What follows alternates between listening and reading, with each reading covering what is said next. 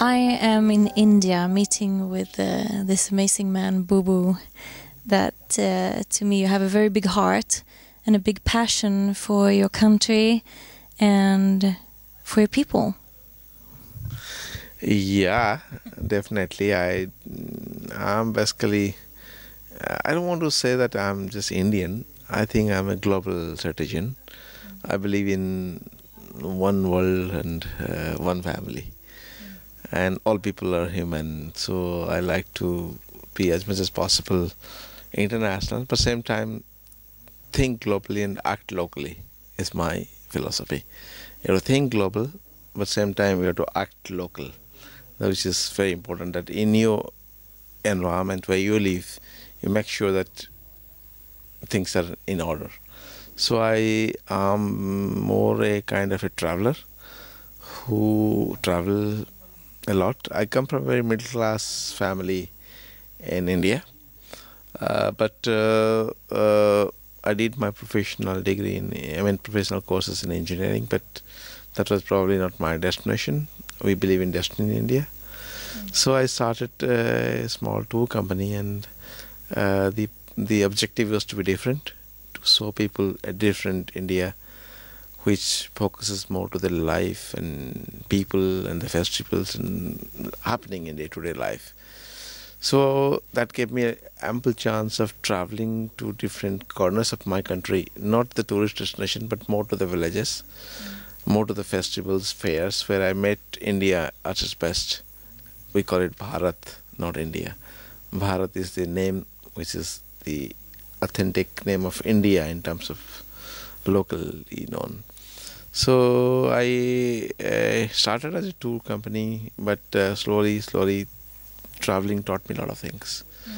For my own interest, I traveled 21 countries by myself, through sponsors, through friends, whatever. But it gave me a lot of exposures, I can say. Exposures of East and West concept. West things are so different, in East things are so different. But I try to get a best of East and West. What's the difference? Well, the biggest difference is cannot meet West. That's the biggest difference. They cannot fit with each other. But in an outside, I can say that in East we live for others. In West, you live for yourself. That's the biggest thing. Second thing, you believe in physics. We believe in metaphysics. You believe in freedom of speech. We believe in freedom of silence. That's meditation. You want to have more and more. And we learn from the cradle, like a baby, how to share less and less. So these are some basic difference between East and West. But after all, we all are human and we have a lot of common things. We all love and like to be loved. So when I go to West, I see what are the best things can be learned from there. Like West people are very honest, very punctual, very direct. I like that. In East, people are more emotional. They sacrifice their emotions, thinking what society is thinking about it, what my family is thinking about it. So many times they don't behave what they think.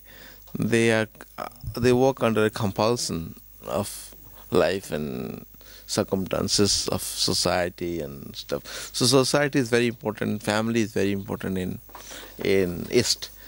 That's what the biggest difference. So, yeah. Did you want to say something else about that? Yeah, so I was talking about the traveling and things. So after all these travelings to the villages, I had think of some dreams of mine which I would really like to share. The dream is about giving a new dimension to the tourism. The new dimension is to empower the local community, making tourism as a tool. Because tourism is such a beautiful subject. It can unite the whole world. It can bring peace. It can bring happiness. So tourism is so simple, but it can make so much big events. It's a green thing. So I wanted that if we can do something to make this world more better place to live by making tourism as a tool and giving the benefit of tourism to the community, not to an individual hotel owner or a tour operator or thing like that. So I tried in my work to uh, involve more the community in general, so that they get the benefit of tourism and they can earn with dignity and honesty. That's very important. That it's not that they just earn from tourism. Making money and earning money is two different things. So they have to earn money, not make money. So normally what happens in tourism, people make money. So I want my inventory, my community to whom I feel like they should be supported, should earn money by giving services and things. So accordingly, I slowly shifted my business towards more this community-based tourism. And I have started with a couple of small projects like Green Rider Rickshaw Tours, which I empowered about 50 rickshaw pullers who lost their livelihood because of this automobiles, auto rickshaws came off, and they lost their livelihood because everybody went in a hurry to go to an auto rickshaw. And these poor people didn't have any money to buy auto rickshaws, so I tried to brand them in a commercial market with proper training, uniforms, motivations, and at least they are now successful. We have a band of at least 50 to 60 of eco green riders, rickshaw teams, who are rolling in the street of holy city in Puri to taking pilgrims as well as tourists, and they are recommended in All Lonely Planet and all these kind of guidebooks, which brings them better economical freedom. So same way I'm involved with lifeguards on the beach to make a model beach in Puri, which the objective is the beach to give a clean, safe and community-run beach, and the cleanness should be maintained by the community, and by providing infrastructures and training, the community should earn something from the beach. So this is what I've been working on, this project called Sea Riders. That's the two things. But my biggest dream, which I feel like, is doing something with the tribes, because grew up with the tribes when I was a kid. So in the tribal area, there's so much potentiality. People love, because the problem with the tribes is they are losing their own cultures. They are all want to be modern, mobiles, televisions, concrete houses. So the tribal people are not feeling rich about their own cultures, and mostly they are unemployed. So they are misguided to different kind of activities, which is not really a tribal in origin.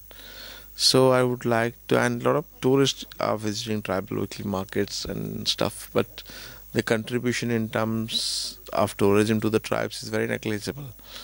In return, the government has also a lot of schemes which they are building roads, buildings, and so ultimately I find that unique tribal culture is fading away. So I would like to make them feel proud of their culture, conserve that. So a ecotourism project, making community as a co-owner. So I have taken a piece of land in the tribal area, where I'm trying to involve local community to build something which could be a milestone for future, where could people come and learn about tribal culture, people can meet the tribals, people can feel that they are the part of this such a great indigenous culture which is India famous for. So that is my biggest dream, and it's a big challenge to make it, how to do it, how to make it really happen. So I've been struggling and doing it somehow. It takes time in Indian style, everything. So we have adopted a village, we have identified a place, we have taken the place. Now we'll think about design so that it goes eco-friendly way. So I've identified a guru, a teacher who can design it for me in a way, made of clay, bamboos and all natural products. And also I need some dedicated volunteers who to support these ideas, who like to stay there for a couple of months to build it, to give training, because it's something has to scratch from day one. So I need some committed volunteers, international, national, doesn't matter, mind. But volunteers are required really to be involved in this project, to start from scratch, to build something which will give economic, health, education benefit to at least 1,000 to 2,000 people around. So this is my one of the upcoming dreams. Well, there are a lot of dreams, and night is so short, but still one after other. I can't have all dreams together. So I'm more realistic in that way. I like to make a dream and make it happen, and then go for the next dream. So likewise, this is the tribal, and also same time in Chilika Lake where I live, I do a lot of environmental programs, because Indian kids, they are not really, all the kids are losing contact with nature. They are onto television, mobiles and stuff like that. So I'm trying to set up campsites for Indian kids, and where they can get a 3 days course on environmental related issues, how to know the name of a bird, how to know the name of a tree, how to understand the census, how they count the dolphins. So I've been working together with Forest Department and Chilika Development Authority, how to bring students and give them a certificate, something called Junior Rangers. So I'm into that project very actively. I've done already my first batch, so I'm heading for my second batch. So likewise, I'm making myself available for people on grassroots level, where I can use my expertise as a tour operator for 20 years to bring values through proper training, motivation. You must be very busy. Yeah, I think I'm busy, but still I try to give time for my friends, families and stuff like that. But I love to be busy. When I'm not busy, I feel very crazy. And have a team to support you with all of this. Yeah, team, like I have a good team of friends who support us, and they're also good travelers, and they support me in terms of mental, financial, whatever way. But still, I find that one thing I miss is really dedicated team volunteers. Many people come and go, but there are very few people who are dedicated, who are committed and think like, because everybody is busy in their own life. And so getting people who are dedicated to at least to spare 3 months, 4 months of their life is very difficult to get in Indian context. In India, everybody is onto their own things, family, this and that. So, and they think that, okay, tourism is his business, so he's thinking about it. So some people think in that terms also. But with my international connections and stuff, I'm sure that I will find good volunteers who can really come and work. Because this, from the beginning, I said I don't want to limit myself as a local. Everything I do, it has to have an international touch. So I believe in internationality, one world, one family. So I don't want to have a discrimination between people, races, cultures, things like that. We have to learn from each other. Everybody has his own expertise, and we have to learn from that. That's great. The barefoot? Yeah. You didn't mention that, did you? Is that what the organization is Barefoot, which I was the founder. And the name is nice, but people joke in Puri that the members of Barefoot has the more expensive shoes. we don't stay barefoot, but the name of the organization is Barefoot because the idea is we like to create an environment, where you feel like to be barefoot. Normally you are barefoot where? In a home or in a temple where you feel like relaxed and easy. You feel like to be barefoot. So we like to create an atmosphere where you feel barefoot. So that is the idea of naming it Barefoot. And we are about 30 volunteers in Barefoot now, and of different faculties. Some owns a bar, some owns a movie hall, some owns a small shop, some owns a book shop.